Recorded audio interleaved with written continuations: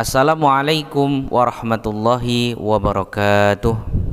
Alhamdulillah wassalatu wassalamu ala rasulillahi amma ba'du.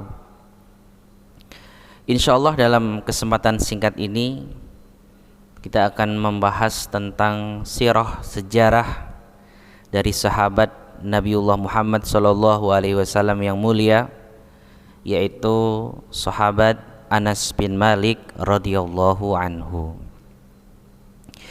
Di dalam kitab Suwarun min Hayatis Sahabah yang dikarang oleh Dr. Abdurrahman Basha, beliau menyebutkan bahwa Sayyidina Anas bin Malik radhiyallahu anhu adalah seorang sahabat yang masuk Islam ketika beliau masih kecil, dan beliau ditalkin langsung oleh ibunya, yaitu Sayyidah Umaysah. Ketika Rasulullah sallallahu alaihi wasallam hendak hijrah ke kota Madinah, sahabat-sahabat yang ada di kota Madinah pada waktu itu menunggu datangnya Rasulullah Muhammad sallallahu alaihi wasallam. Dan di antara orang-orang yang menunggu hijrahnya Nabi adalah Anas bin Malik radhiyallahu anhu yang saat itu masih kecil. Beliau ikut menyambut kedatangan Rasulullah Muhammad sallallahu alaihi wasallam. Beliau naik ke atap-atap rumah, naik ke atap-atap pohon, sehingga mereka sangat ingin berjumpa dan menyambut kehadiran baginda Nabi Muhammad sallallahu alaihi wasallam ke kota mereka. Dan di saat Rasulullah sallallahu alaihi wasallam sampai di kota Madinah, semua orang memberikan hadiah kepada Rasulullah Muhammad sallallahu alaihi wasallam. Sehingga pada waktu itu ibu dari Anas bin Malik radhiyallahu anhu yang bernama Sayyidah Umaysah bintu Milhan radhiyallahu anha, Sayyidah Umaysah ini datang kepada Rasulullah dengan mengatakan, "Ya Rasulullah, lam yabqa rajulun wa lam ra'atun minal ansar illa waqad athafaka bituffah." Ya Rasulullah, tidak ada seorang laki-laki perempuan dari seorang ansor, dari semua sahabat ansor, kecuali menemuimu dengan membawa hadiah. Wa inni la ajidu ma uthifuka bihi, sedangkan aku tidak mempunyai sesuatu yang bisa aku berikan kepadamu ya Rasulullah, ghaira ibni hadza, kecuali anakku laki-laki ini saja. Fakhudhu wal yakhdimka ma syi'ta, maka tolong ya Rasulullah, terimalah anakku ini untuk bisa melayanimu dan melakukan apa saja yang engkau perintahkan. Fahasyan Nabiyyu sallallahu alaihi wasallam lil fatas saghir wa masaha ra'sahu bi yadihi asy-syarifah wa dhammahu ila ahlihi. Kemudian Rasulullah sallallahu alaihi wasallam membawa anak itu, mengajaknya berkumpul dengan keluarganya, mengusap kepalanya, seraya mendoakan, Allahumma rzuqhu malan wa waladan wa barik lahu. Ya Allah, berikanlah dia rizki, harta dan juga anak, dan juga berkahilah dia.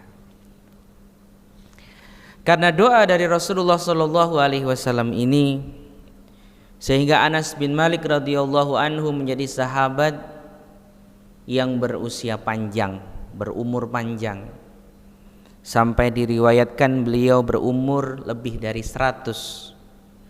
Bahkan beliau, anak beliau, cucu beliau juga lebih dari 100.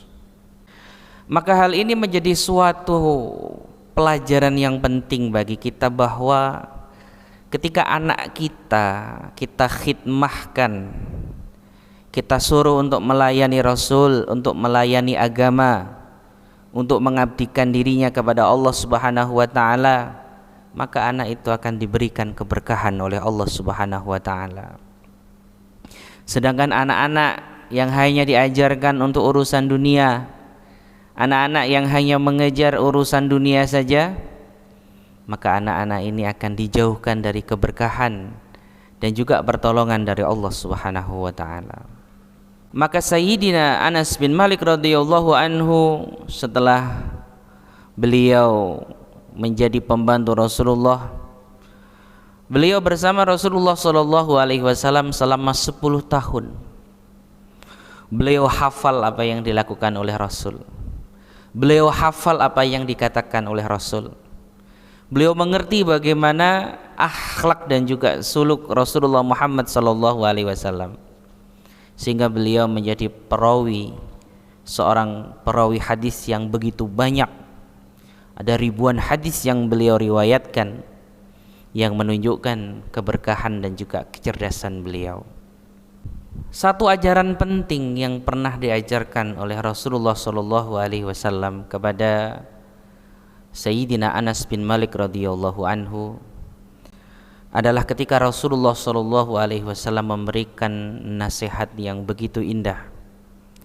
Pernah suatu hari Rasulullah sallallahu alaihi wasallam memberikan nasihat kepada Sayyidina Anas bin Malik radhiyallahu anhu. Beliau Rasulullah mengatakan, "Ya bunayya, wahai anakku, in qadarta an tusbiha wa tumsiya wa laysa fi qalbika ghishun li ahadin faf'al." Wahai anakku, ketika kamu mampu untuk menjalani pagi harimu, sore harimu dengan tanpa ada perasaan benci kepada orang lain, maka lakukanlah. Ya bunayya inna dzalika min sunnati wa man ahya sunnati faqad ahabbani. Wahai anakku, hal itu adalah termasuk sunnahku, dan barang siapa yang menghidupkan sunnahku atau menjalankan sunnahku, maka dia telah mencintaiku. Wa man ahabbani kana ma'i fil jannah, dan barang siapa orang tersebut mencintaiku, maka aku akan bersamanya di dalam surga nanti pada hari kiamat. Ya bunayya, wahai anakku, idza dakhalta ala ahlika, ketika engkau masuk ke dalam rumah bertemu dengan keluargamu, fasallim, maka bacalah salam. Yakun barakatan alaika, maka itu akan menjadi sebab keberkahan untukmu, wa ala ahli baitika, dan juga keberkahan untuk keluargamu. Sehingga Sayyidina Anas bin Malik radhiyallahu anhu ini adalah seorang yang sangat berkah kehidupannya. Diberikan usia panjang, diberikan rizki yang begitu luas, diberikan keturunan yang begitu banyak. Sayyidina Anas bin Malik radhiyallahu anhu juga selalu mengingat 2 hari yang menurut beliau tidak ada 2 hari yang melebihi kedahsyatan dari 2 hari ini. Yang pertama adalah yauma dakhala alaina Rasulullah sallallahu alaihi wasallam, yaitu hari di mana Rasulullah sallallahu alaihi wasallam masuk ke kota kami, ke kota suci Madinah. Hari yang kedua, yauma qubida minna, yaitu hari ketika Rasulullah sallallahu alaihi wasallam diwafatkan. Sayyidina Anas bin Malik radhiyallahu anhu menjadi saksi kehadiran Rasul di kota Madinah. Beliau pun menjadi saksi wafatnya Rasulullah sallallahu alaihi wasallam, sehingga beliau tidak akan pernah melupakan 2 hari ini. Beliau mengatakan 2 hari tersebut, fa fi yaumi dukhulihil Madinah adha'a fiha kullu syai'. Saat Rasulullah sallallahu alaihi wasallam masuk ke kota Madinah, seluruh kota Madinah bercahaya karena kedatangan Rasulullah Muhammad sallallahu alaihi wasallam. Wa fil yaumil ladzi ausyaka fihi an yamdiya ila jiwari rabbih, Dan di hari di mana Rasulullah sallallahu alaihi wasallam berpulang menghadap Allah Subhanahu wa taala, azlama fiha kullu syai', maka di kota Madinah semuanya terasa gelap karena kepergian Rasulullah Muhammad sallallahu alaihi wasallam. Sayyidina Anas bin Malik radhiyallahu anhu juga seseorang yang sangat berharap syafaat Rasulullah Muhammad sallallahu alaihi wasallam. Beliau banyak melakukan ibadah-ibadah. Beliau juga banyak meriwayatkan hadis. Beliau juga banyak bersedekah. Beliau juga mempunyai keturunan-keturunan yang banyak, yang saleh, yang baik. Tetapi Anas bin Malik radhiyallahu anhu tidak membanggakan semua itu.